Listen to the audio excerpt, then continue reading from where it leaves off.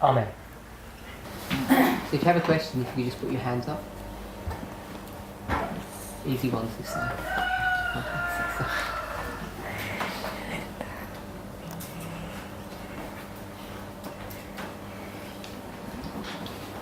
We don't have to know this word for word, do we? We just have to understand the principle. The line upon line principle. So the question is, do we need to know all of these things word for word? I guess the simple answer would be as close as, but there's a recognition that not all of us think the same way, understand things in the same way. But I think the most important thing is if we understand the principles. We understand the principles that undergird all of these thoughts, these ideas. I think if a person's not familiar with the details of this, they should be at least familiar with the Bible passages that we derive most of these lines from. So, as an example, the midnight cry, we talk an awful lot about the midnight cry, and it's very rare that we actually go back to Matthew 25 and actually read those 13 verses to understand what the context of the parable of the 10 virgins is about, because that's where it speaks about a cry at midnight. Because once you do Matthew 25 and you understand the parable of the 10 virgins, then what you notice is that Matthew 25 is just a continuation of Matthew 24. Matthew 24 is in certain, you can break the chapter up and cut it into certain portions. And the last part of Matthew 24 is about two groups of people. So there are two servants doing, grinding, and two servants in the field. There's this whole idea of there being two servants. And then Matthew 25 begins, and then shall the kingdom of heaven be likened unto two groups of servants, the wise and the foolish virgins. So if we understand those parables, just a plain natural reading of them, a conventional understanding, it goes a long way to understanding what these lines mean and how they work. I always understood the ones with the two virgins. There's two comings out. There's a group at the very beginning. They come together from somewhere else, and then later on there's a cry and they're called out. Yes. Yeah, so there's two comings out, coming out of different things. I know Sister White was very worried about the second one of those. Who would wake them up? So just the plain reading of those verses, it's not that easy to get even the information that you've just spoken about, two comings out. Then you can go to Ellen White's commentary on those passages, and then you can go to the Millerite history and how they felt that those verses were fulfilled in their own history. If a person has some familiarity with those three things, the plain reading of God's Word, Ellen White's commentary on those parables, and how the Millerites viewed those words, you're about 70-80% in your understanding of what we're teaching now. Where do we get what the Millerites believed from? The nicest place to get that is from a book, and the author is Gerhard Dampstieg. He's a theologian, I think he's retired now, from Andrews University, and he wrote Gerhard Dampstieg. I'll give you the spelling of it. I've probably not even pronounced it correctly, but it's available. It wouldn't be any worse than mine. Gerhard, G-E-R-H-A-R-D. We can just put G. Dampstieg, D-A-M-S-T-E-E-G, something like that. GT. Good chat. Yeah, he's Dutch. Yeah. By Heritage. It's available online. Yep. From the Ellen White estate. If you have the CD-ROM on your computer, it's available on that. I noticed you had the app on your phone. It's available on that. So you already have. I've got the app on. Yeah, if you've got the app. I can't follow it. If you've got the app, you've got the book. If you're not sure how to use it, Yeah. if you're not in a rush to go, so one of us can show you. 10 minutes. I've got Kevin and Darlene in town, but it's catching them when they're free too. Sure, but someone can do it right now. It'll take you 5-10 minutes just to give you an overview of how. We can easily find the book for you.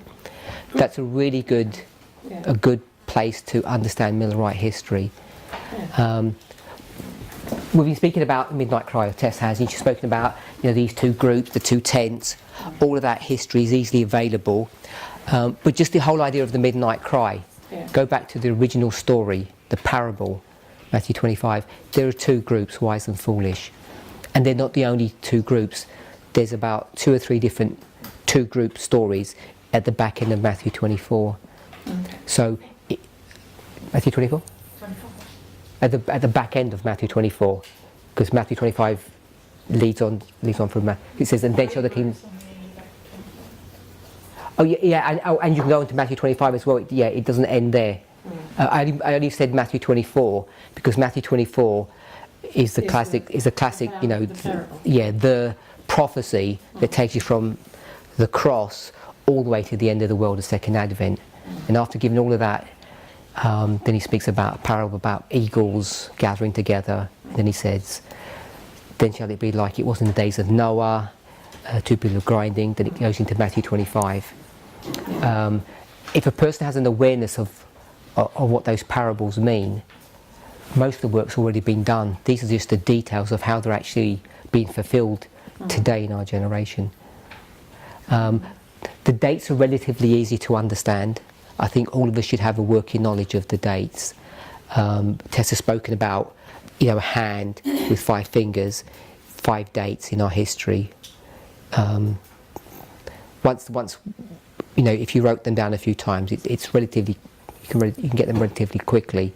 The 5 dates for our history, the 5 dates for Christ's history. Once you can do that, most of the work is done. The rest of it is just details. So if you've heard someone present and you follow through with their logic, and that's about all the person can remember. If they can recall the Midnight Cry concept, that there are these waymarks, time of the end, 9/11, etc., then you're flying. I was rather surprised actually when I think it was Tess doing something, you had a translator, but it was going through Europe and the various, you know, a couple of hundred years ago, a couple of centuries ago, going through history of different nations with Hannibal and the elephants, and there were a whole series of things. And at that time, a couple of things that registered with me, and I just looked at them and I found the steps. And they applied to things that Tess wasn't talking about, or I wasn't talking about to anyone, but yeah.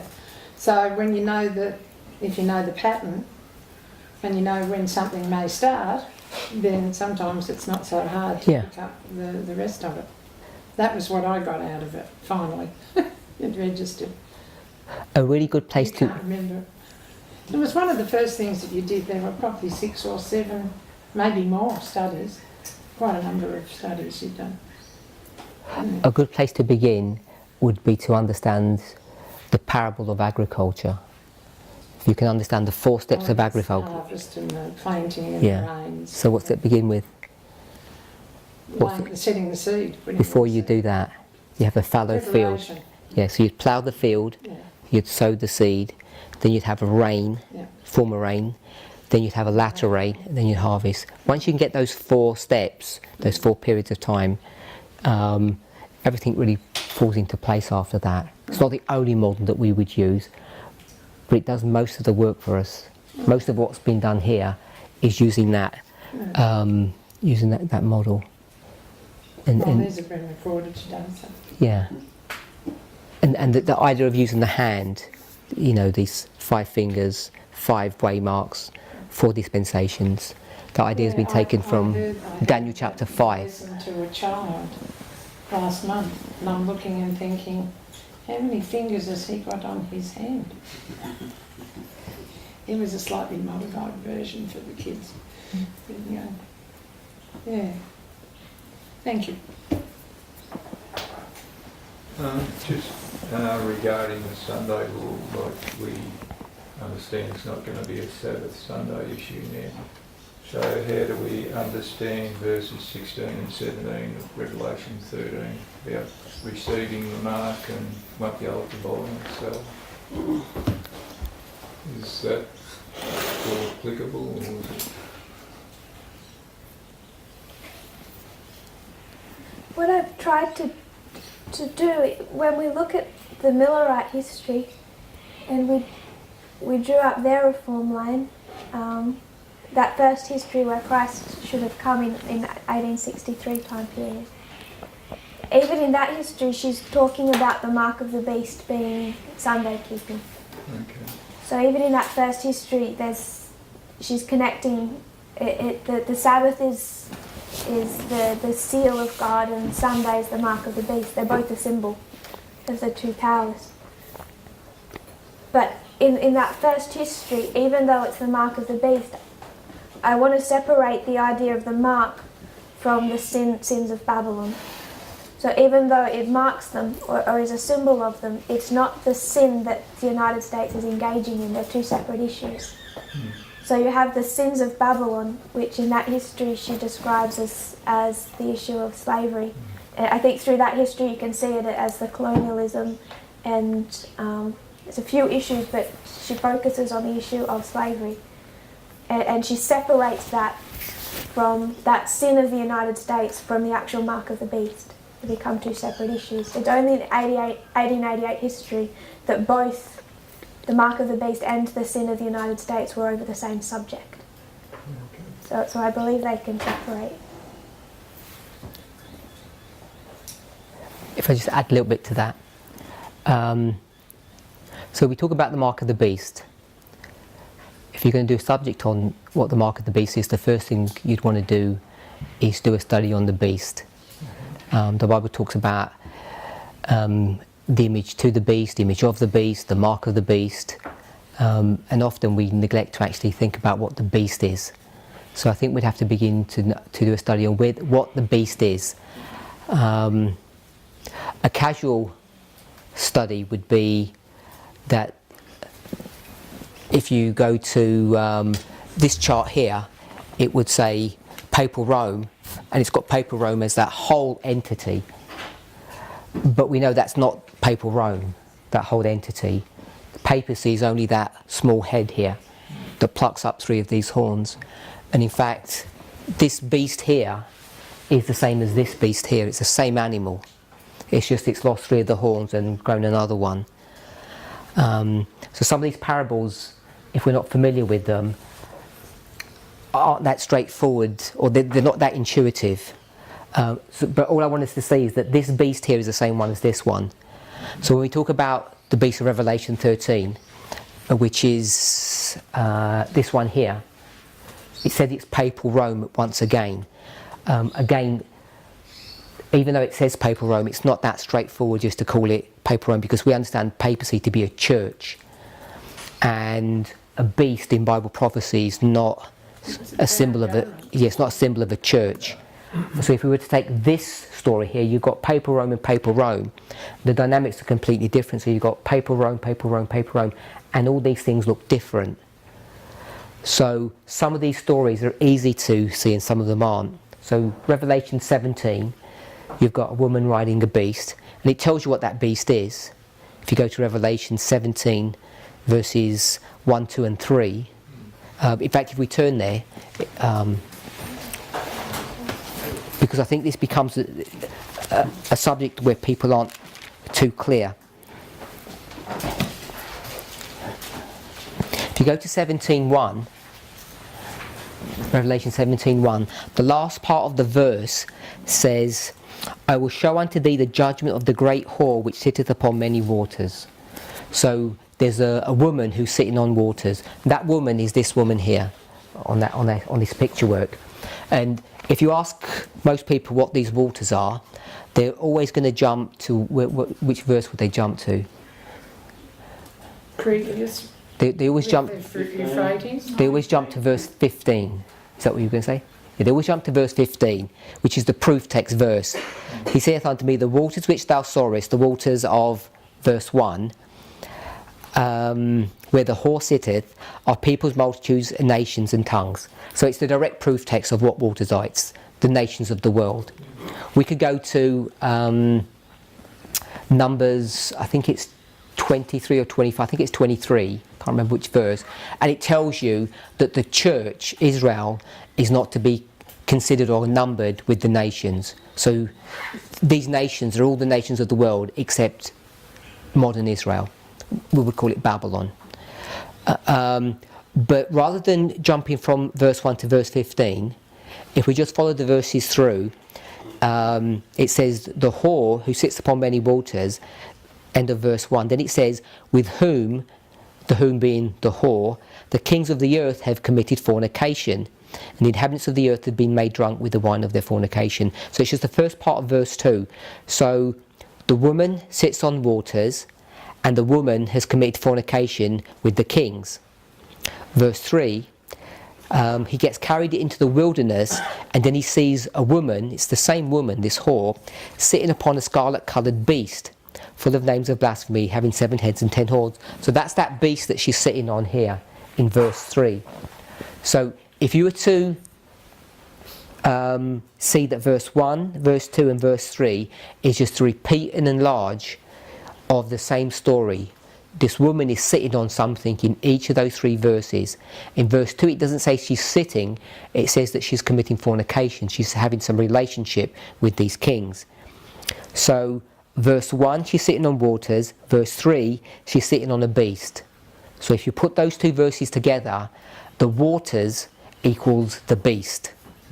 So you can proof text that straightforward.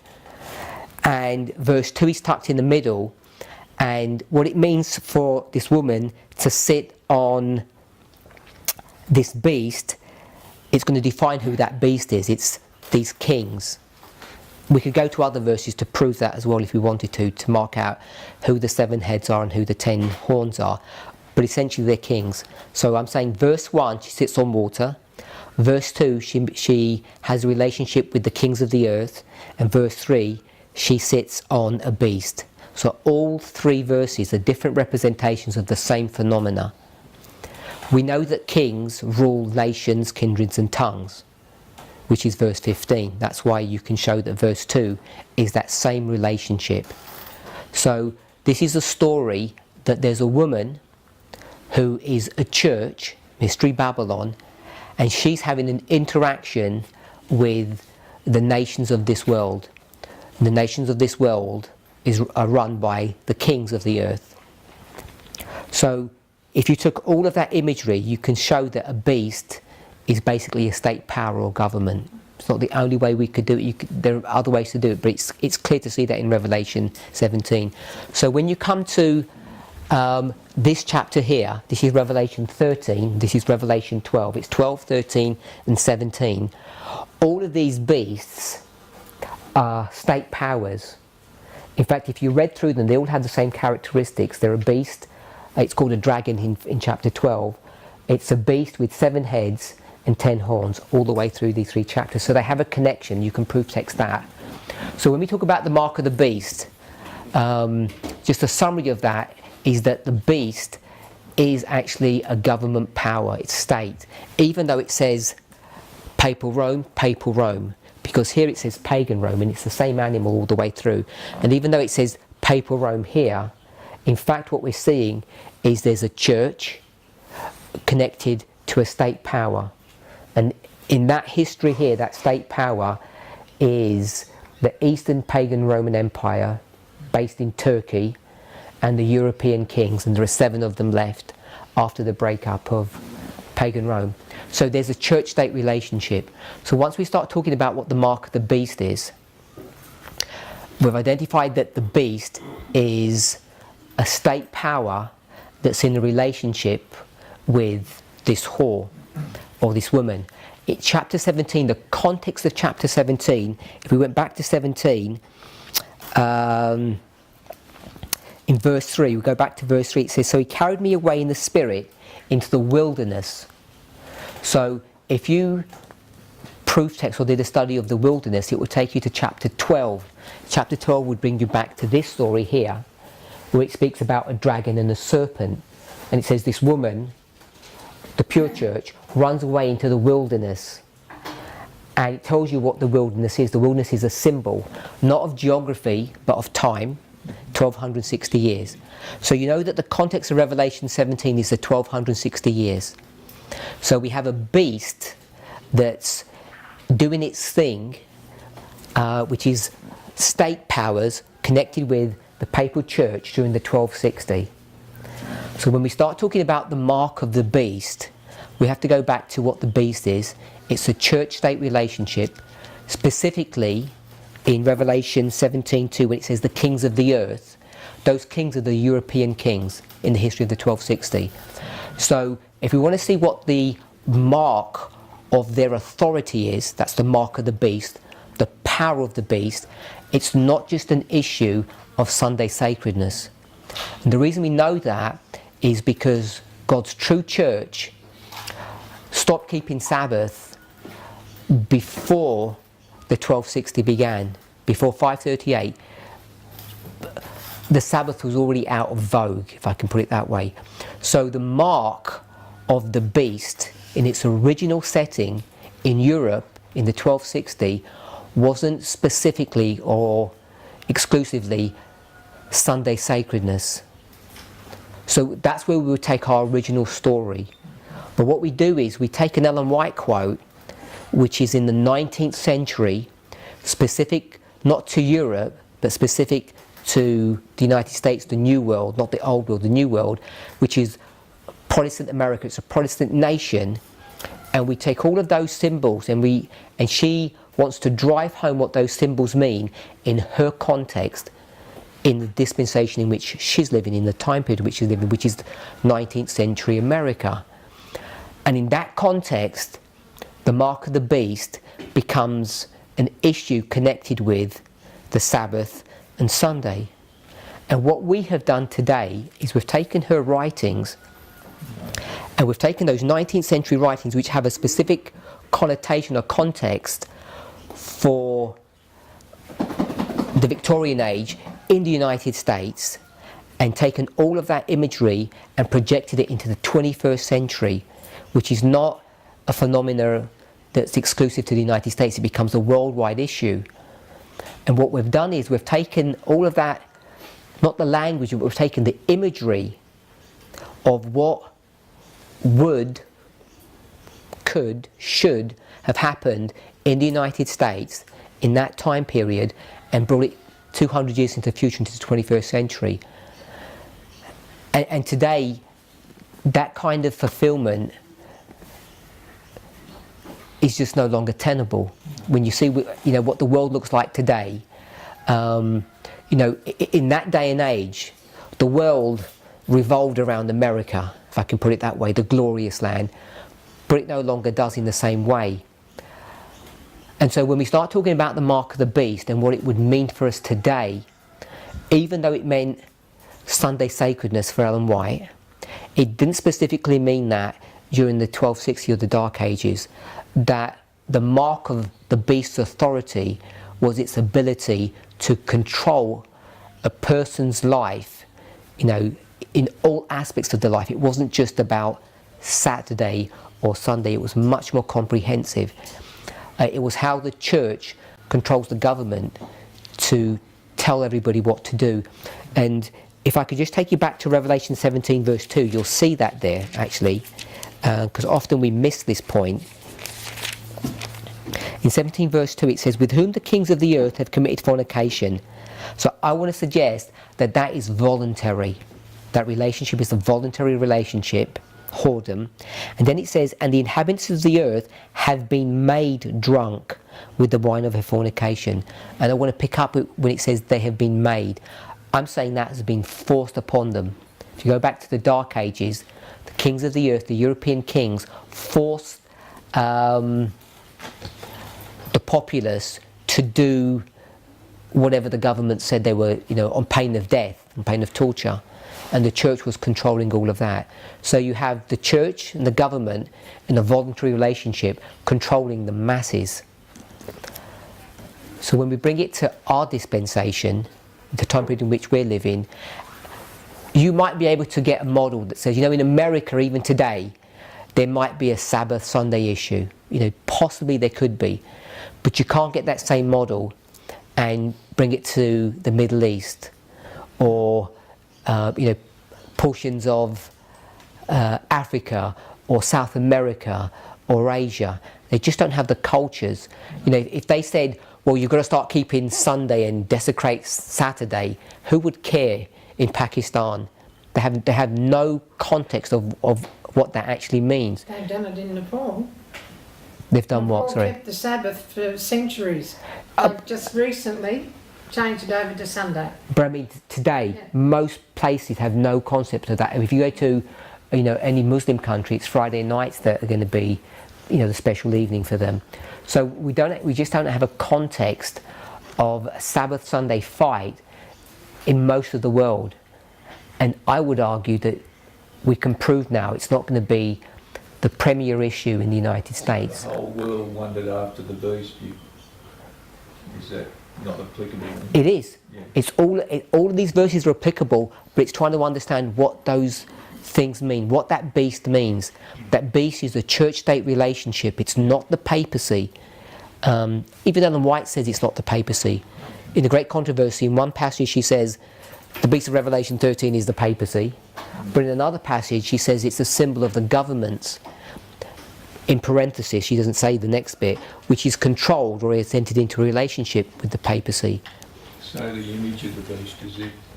So, Like that's starting to happen now, church and state. so that's being set up. So the image of the beast is, the word image means copy or mannequin, so it's a copy of the beast, it's a copy of the 1260. So whatever you see in the 1260 is going to be mirrored today. And again, it's this church-state relationship which goes far and beyond a Saturday-Sunday issue. It becomes a worldwide phenomena. So the image of the beast is a copy of the beast. And I think it's fair to say that if you go back to the 1260, the beast, those governments, were the European governments. And today, the government is not the European governments, it's the United States.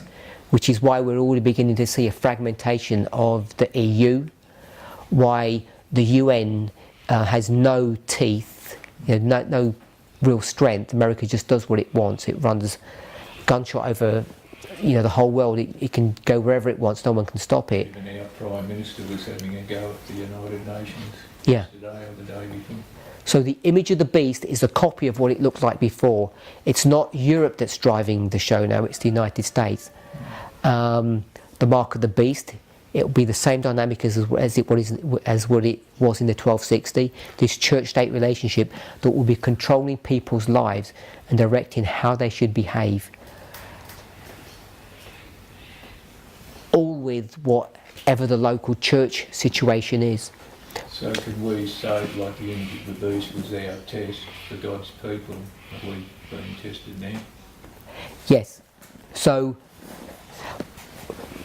When you see, you know, don't you? When something happens, then all of a sudden it'll be clear. Now we know what it was. we already know what it was. Ellen White's pretty clear. She says, I think it's in Last Day Events, page 227, that the Lord has clearly shown me that the great test for God's people, the image of the beast, will be set up before the close of probation. And the close of probation is Daniel 12:1. The great test is Daniel 11:41. It's the Sunday law. The image of the beast is the Sunday law test. That's pure and simple what it is. What we did in our movement, because I don't know if we all pick up this important point, that the cross here can only be seen at a fractal level, not only for the line of Christ, but also for our history. You don't see it in the line of the 144,000. You only see it in the line of the priest. It becomes visible there. Our movement's focus has been so fixed upon the Sunday law being the close of probation. Daniel 11:41 is the close of probation, not Daniel 12:1. That if you shuffle, if you went from no, perhaps I'll draw it just in case. If you went from the close of probation to the Sunday law, this is 12:1 and this is 11:41. So we're familiar with that. What we've done is we've taken that close of probation and we've moved it along. And if I don't call this the Sunday law, but I call it the image of the beast, if we took these two waymarks and pushed them over one, this was the shut door, and we've moved the shut door here. Therefore, we're going to take this and move it back. So we're going to have an image of the beast here. So we've taken Ellen White's comment and we've moved them back one. So this is why in our movement we've struggled to understand what the image of the beast is, which happens before 1141. So somewhere in verse 40 we're going to expect an image of the beast, and to understand what that is. So that's when you go to the line of the priest and try to work out what the image of the beast is. And if we were to do that for the priest, it would be 2014. But in the past we would have taught that would have been 9/11. That's why we take Psalms 48, Psalms 83, the kings came together and the east wind blew them away.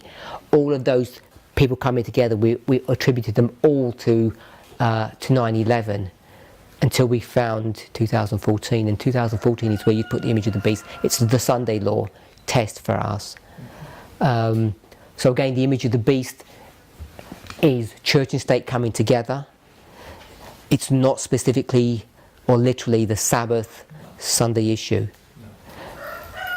In some countries it may that may be part of the dynamic that gets spoken of if it's a Christian nation, but for most of the world it's not going to be. You want to say something? So would Project Blitz be a part of that image of the beast? Because that's church via legislation making the government push their narrative onto the people. So I know that wasn't 2014, isn't that the implementation of that, or am I missing? I'm not an expert on Project Blitz. Depends there. I think when we look at the internal, it gives us some clue.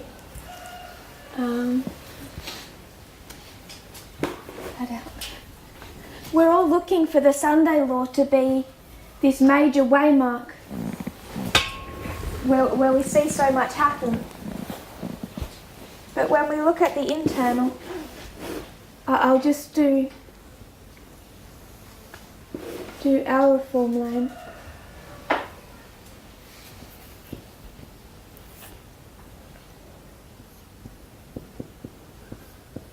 In 2014 is the middle waymark, or midnight, or Sunday law.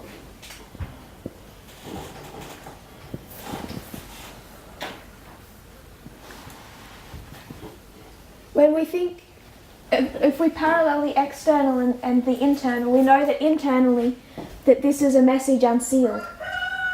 So it's just the opening up. But when a message is unsealed, no one necessarily understands it. So internally, you have, if this was 1798, you have William Miller. And as Elder Parminder has taught, William Miller is in 1798, he's 16 years old. He's a deist. He buys a concordance, but he's a kid, essentially. And already he's being identified prophetically as the leader of a movement he doesn't know exists. So, at the unsealing of a message, people don't necessarily understand that message yet. He's going to have an increase of knowledge, and it's going to be formalised. So internally, in 2014, you don't necessarily see much of what is going to come. It's just the opening up or the beginning steps of what's coming, of internally of our message. So if we take this in our history here to the Donald Trump and the evangelical churches, we can understand what happened in 2014 in the Republican Party. But even the Republican Party and Donald Trump and Jerry Falwell Jr., they don't know what they're doing yet. They don't see it. They're going to have their own increase of knowledge, which is 2016, where everything they want to do is between the evangelical churches and Donald Trump is there in a capsule form. And then in 2018, it breaks into the open, and you have Project Blitz as one of them. There's other issues happening within the Supreme Court, and other issues happening. So I think sometimes our expectations of this waymark are, we expect to see it all here, whereas really internally and externally this is the beginning of what's going to develop. And the danger of not knowing the history we're in is all of Adventism is waiting for this major event. They might not, externally, they don't see it until the loud cry. And then everyone sees that this has been a major event. I think the same as what we're seeing internally is the same externally.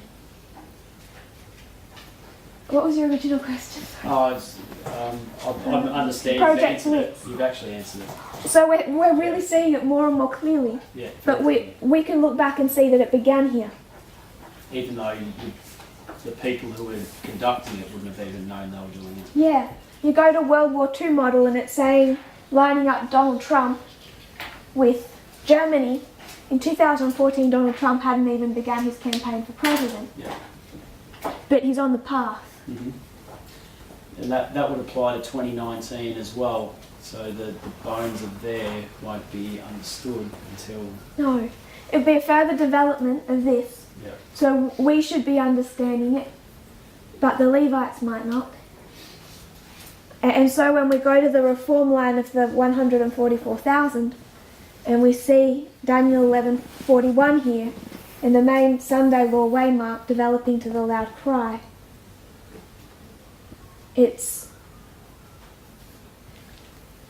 we need to see this waymark coming beforehand, because if the churches, if Adventists aren't awake to see what's already happening, they won't necessarily see it here. In fact, we know that they won't, because they're looking for the wrong thing. It's going to have to develop externally just as much as internally. Does that make sense?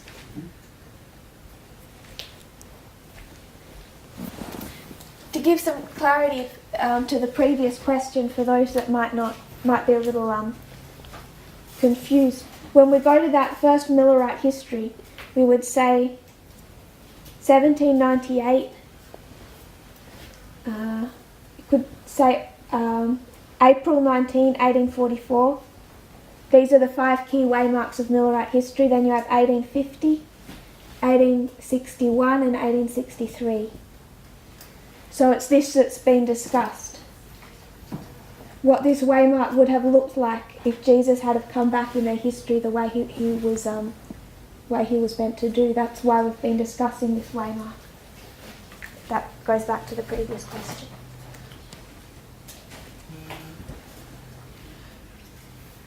So 1861 would be the close of probation, and 1863 would be the second Advent.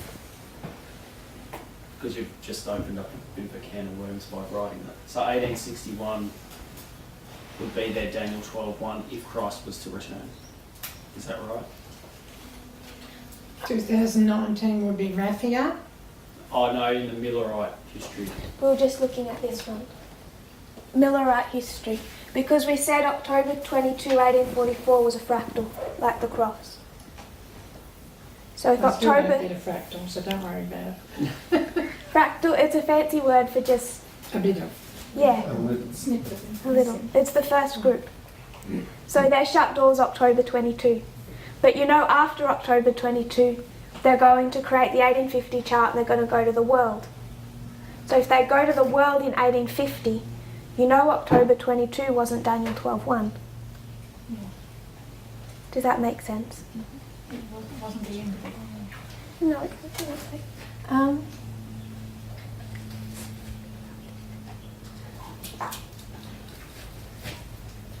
So you know that after October 22 we identify as a shut door. Yes.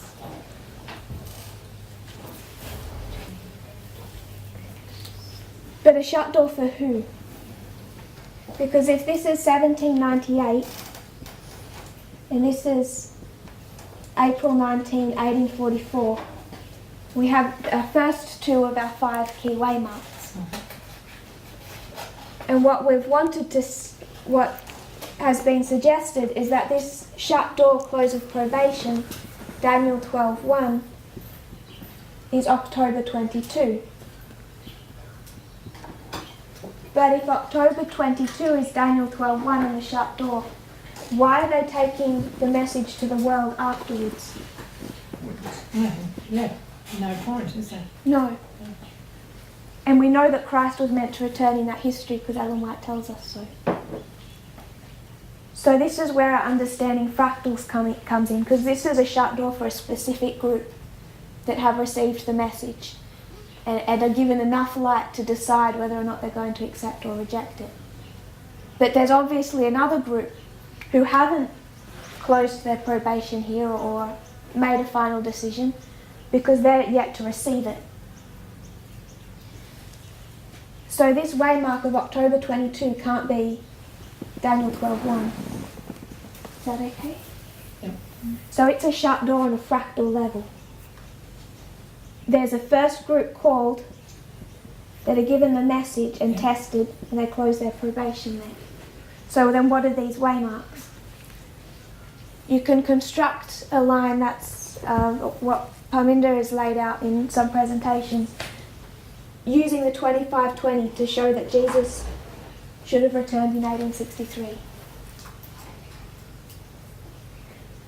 If you were to go to spiritual gifts, we can do this afterwards and I'll show you in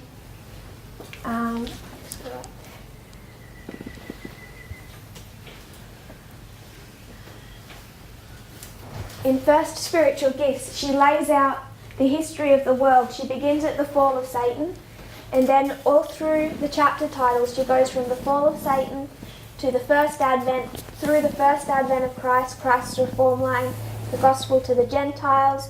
She goes through the 1260 years, including the Reformation. Then she goes to discussing William Miller, Millerite history, the three angels' messages. And then she talks about October 22. She talks about the fact they're going to the Laodicean condition.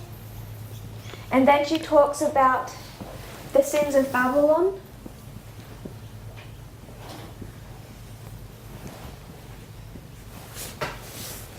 Then she talks about the loud cry. So she talks about Millerite history, October 22, they go into the Laodicean condition, then the sins of Babylon, the loud cry, the close of probation, the time of trouble, so this is the time of trouble, and then the second advent. So she lays out the whole of history from the fall of Satan to the second advent in First Spiritual Gifts. And she does this in the late 1850s. So prior to this 1863 history, it's written in the 1850s that she lays out these chapter titles. And we can identify that Christ should have come back in his history, and she says so later on, decades later. So you go into the history of the sins of Babylon, and she says that the sins of Babylon is the sin of the United States. She says that the United States has a cup, and that that cup is now full. So she says the United States has a cup, which we know is probationary time, and when the cup is full, it's about to be judged. And she quotes Revelation 18 and says that they're going to make the United States drink double. She's going to drink double whatever is in this cup. And whatever is in this cup that's filled up the cup of her probation is her sin. And then through that chapter, the sins of Babylon, she's discussing the sin of slavery. So this history for her is all about slavery. So she goes from talking about William Miller to October 22. She talks about the sin of slavery, then the loud cry, then the close of probation, then the time of trouble and the second advent. And everything fits in, would have fitted perfectly into that early history. In the Great Controversy, she's taken this concept of the sin of Babylon and slavery, and it's these chapters that are no longer talking about slavery, but talking about a Sunday law in Congress. Okay. So she's got two totally different models. We have slavery on a larger scale today than we have ever had in this earth's history. We've got slaves in Australia today. who are here illegally. They can't get their passports. They're working for farmers for nothing. It's worldwide in the food industry and garments and everything else. So slavery could have a second application for today too. This is where the particular ministry in North America starts to disagree with us, because it's all based on that early reform line. But they disagree with this issue, and it's the same issue that we've been discussing when we talk about the rebellion in heaven and the rebellion now, and the rebellion that occurs before the cross. It's all about organisation and it's all about equality. This rebellion was about accepting equality, and this rebellion is about accepting equality. Which also is connected to slavery, isn't it? It's the same thing as equality. And the one thing the United States did in 1798, its most significant event for 1798, was they passed a law. It was called, I can't remember now. While you're thinking, that the rebellion in heaven also, Sister White brings up slavery. It's Satan charged the angels that stayed with God as being slaves. He accused God of everything he was doing himself, because it's Satan that instituted slavery. Ellen White tells us it's a direct institution of Satan. Yeah. So this is where we see, if we were going to construct this reform line, how it should have been in the Millerite history, this waymark that we call Sunday law had a totally different sin. And this is 1850. So October 22, 1844 is a shut door on a fractal level. And then when you come over here, 1861 is the beginning of the Civil War. And that was the judgment that was meted out onto them because of slavery. Ellen White says that the Civil War was the judgment of God. If they weren't going to release the slaves themselves, God was going to force them to with the Civil War. Which makes sense why this is the beginning of the Civil War. It explains why this is called the time of trouble. And she says, in the time of trouble, innocent people suffered.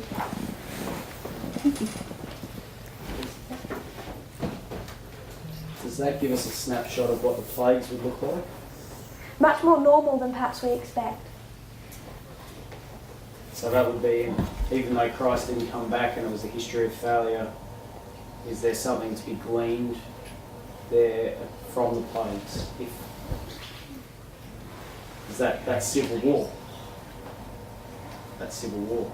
Is that what the plague, that in that history, that's what the plagues would have looked like? Well, you've got a lot of protests and things going on in America and in other places at the moment. There could be massive civil wars coming up. I think what we face that is both safer and more fearful is an information war. In ways that makes our history easier and in ways that makes it more dangerous. Do you have something? Is that? Were you thinking of the Amelioration Act, 1798? It was called the Immigration Act. I'll just look it up. There's a Fugitive Slave Act of 1793. That's 1850. Yeah, but that's when this was originated. It was known as the Alien and Sedition Acts of 1798. They targeted immigration and freedom of speech, sedition. That was in 1798. 1798. Anyone from 1798 until 1801, anyone who spoke against the government in media or print or in any form was imprisoned and punished. And You could not we're tightening up on our rules Speak now. against the president, and from beginning. So what was it called? The Alien and Sedition Acts. So all through that history, you have laid out a model that isn't just what Adventism is looking for, which is this idea of Sunday law and Congress.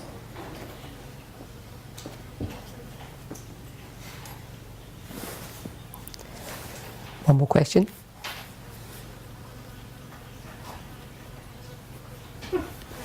So this morning you started off with a study on the line of Christ and explaining how John the Baptist didn't understand God's kingdom. So he was the man for his time, but there was something he didn't understand.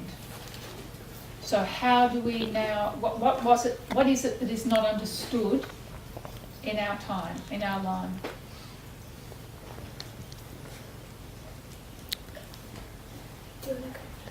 The Sunday law. John the Baptist's message was identical to the message of the church. The only difference between them, he says the time is fulfilled. So the only thing that he brings to the table is the subject of time. Daniel chapter 9. So when in 1989 Elder Jeff is raised up, he's going to give the same message that the church gives. There's going to be a literal Sunday law, and the only difference between his message and the church's message is the time is fulfilled, even though he's not as confident to talk about time. And the reason for that is because he doesn't understand about the 25-20. He needs the 25-20 to unlock time. So you could argue, looking back now, that he should have pushed the subject of time, even though he didn't have a date, in a much more forceful fashion. But the best that perhaps he could do, what he ended up doing was saying, we have events that are bringing us up to verse 41. So the best way he could do it, he was pushing the subject of time. And it's not until 2005 that we can really start discussing the issue of time, which is when we take our line, the line of the priest, and we divide it into 4 segments: the ploughing, former rain, latter rain. Yeah, it's on the back. That's why I keep on looking at the board. I'm sure we did that. In our dispensation from 9/11 to 2014, that becomes the subject of time. And the 25-20 tucks right into that history, right on time. So the misconception or the mistake that we have had in our movement is that we had the same message as the church. It's a literal Sabbath Sunday fight, which parallels the misconception that John the Baptist had, and you had the same problem with the Millerites. Where did Miller get the idea that the sanctuary is the earth? He didn't make that up. That was current understanding, and he just picked that up and ran with it. And again, the only difference between him and the rest of the church is that they're talking about the cleansing of the sanctuary, everything's good there, but it's all a subject of time.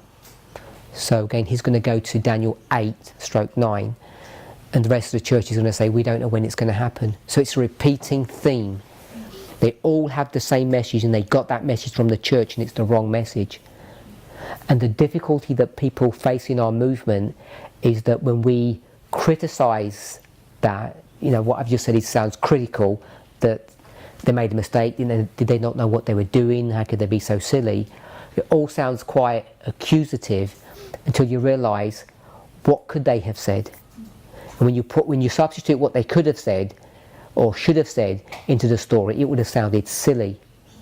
You're a Jew, a Hebrew, and John's going to stand up and says, don't worry, the Messiah's about to come and he's going to make you all really happy to serve the Romans. Who would have accepted that message? Miller's going to come and he's going to give his story, and it just wouldn't work. And in our time period, we would have had the same issue. Elder Jeff stands up and says, we've got this great new message for Adventism. Men and women are going to be equal. We're going to stop having racism. That's what the message of the hour is. No one would listen to them.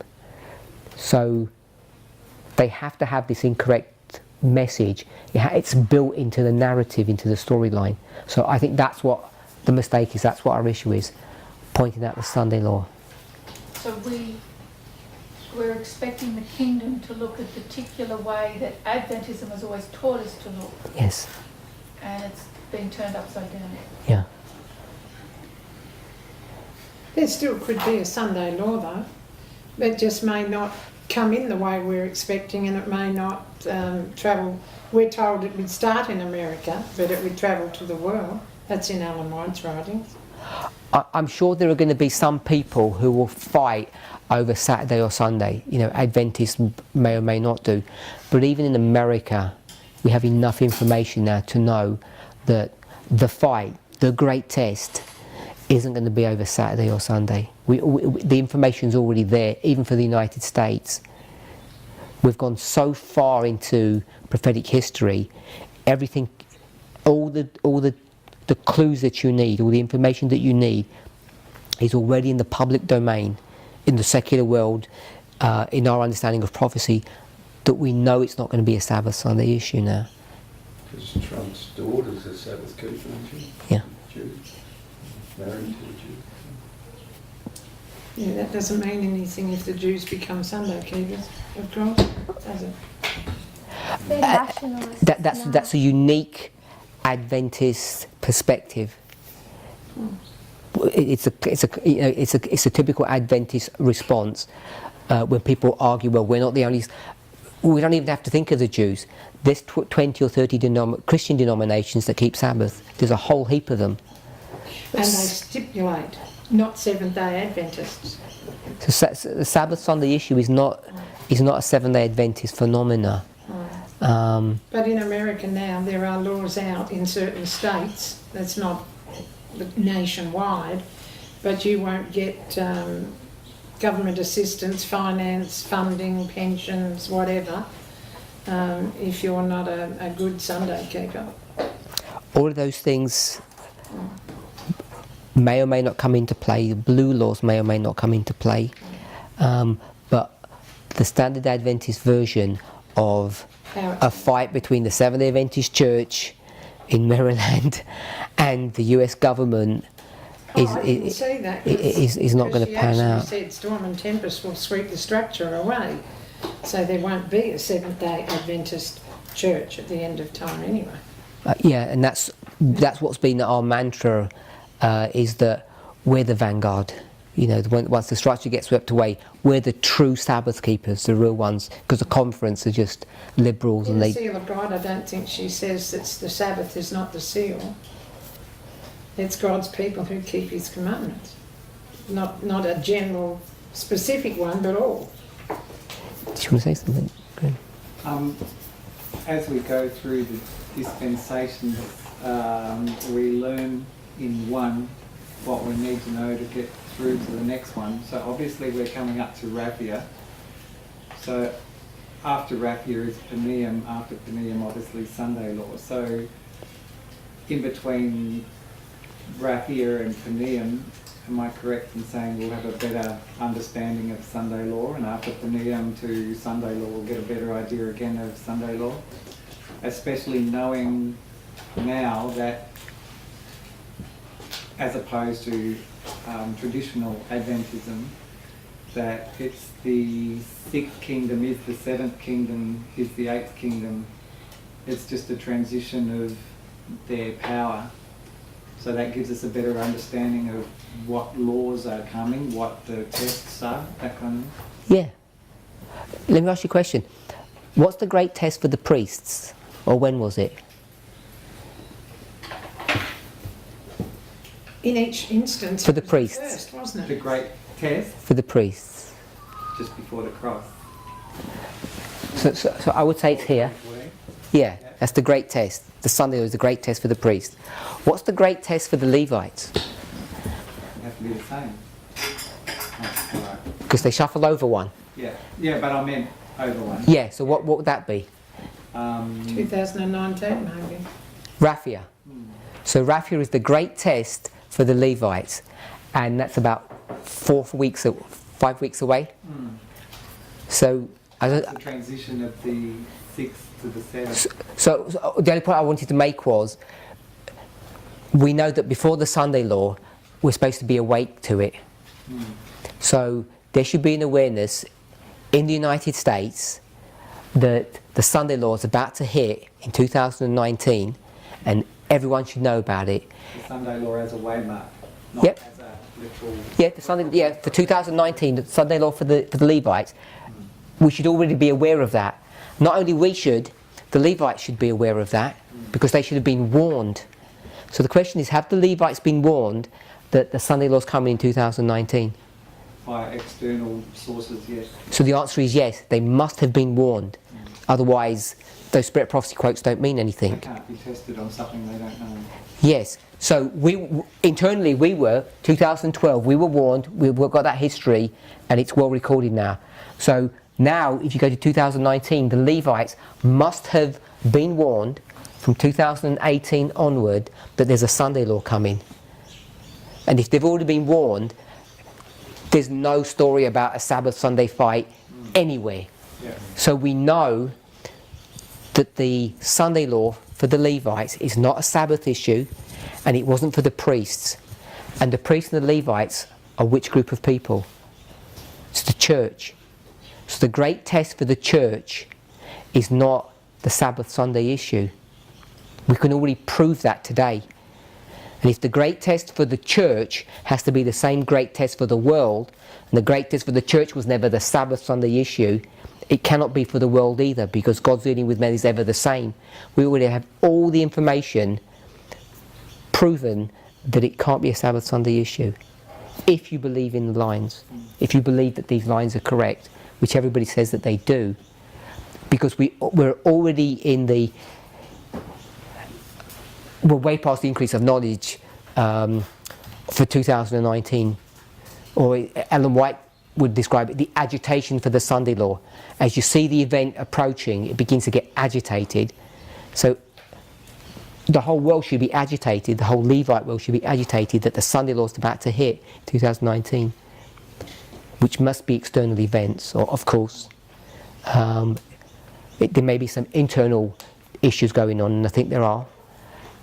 So once we start seeing that, we've already proven beyond the shadow of a doubt that it's not going to be literal Sunday law for the priests or the Levites. Some kind of information. Yeah? Yes. Sorry, if there are any more questions we can ask them afterwards. Just one final point to answer that. Within every dispensation of 144,000, there's an increase in a formalisation.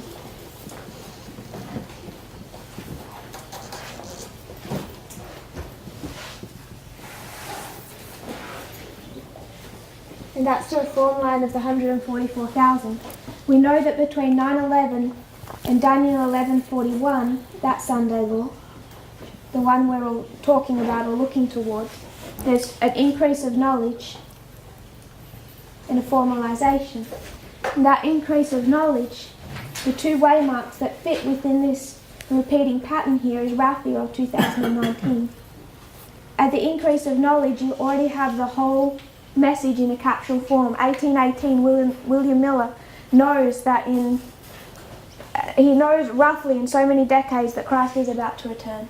So in 2019, it's this year that we've actually identified or had the increase of knowledge about Daniel 11:41.